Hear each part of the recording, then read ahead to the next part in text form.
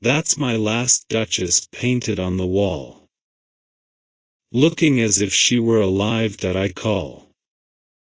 That piece a wonder, now, fra Pandolf's hands worked busily a day, and there she stands.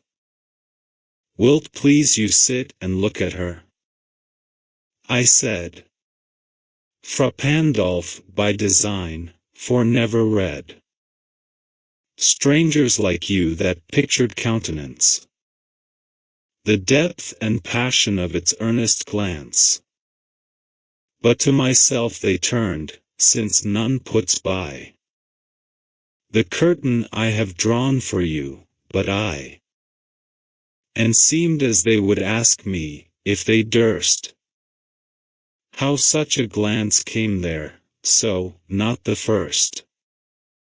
Are you to turn and ask thus, sir? 'Twas not her husband's presence only, called that spot of joy into the Duchess' cheek, perhaps. Fra Pandolf chanced to say, her mantle laps over my lady's wrist too much, or, paint must never hope to reproduce the faint half-flush that dies along her throat.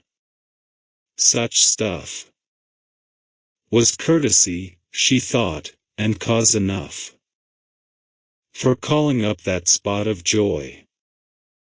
She had a heart, how shall I say, too soon made glad, too easily impressed. She liked whatever she looked on, and her looks went everywhere. Sir, 'twas all one. My favor at her breast, the dropping of the daylight in the west, the bough of cherry some officious fool broke in the orchard for her, the white mule she rode with round the terrace, all and each would draw from her alike the approving speech, or blush, at least.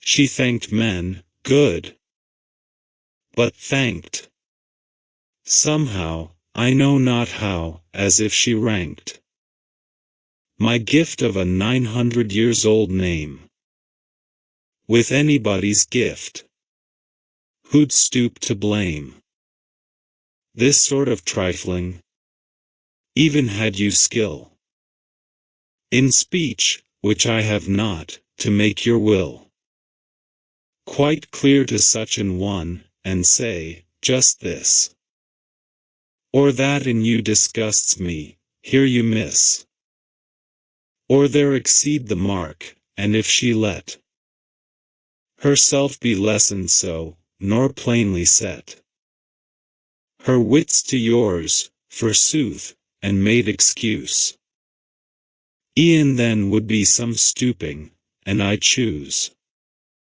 never to stoop. Oh, sir, she smiled, no doubt. Weener I passed her, but who passed without much the same smile? This grew, I gave commands. Then all smiles stopped together. There she stands, as if alive. Wilt please you rise? We'll meet the company below, then. I repeat, the Count your master's known munificence is ample warrant that no just pretense of mine for dowry will be disallowed, though his fair daughter's self, as I avowed at starting, is my object.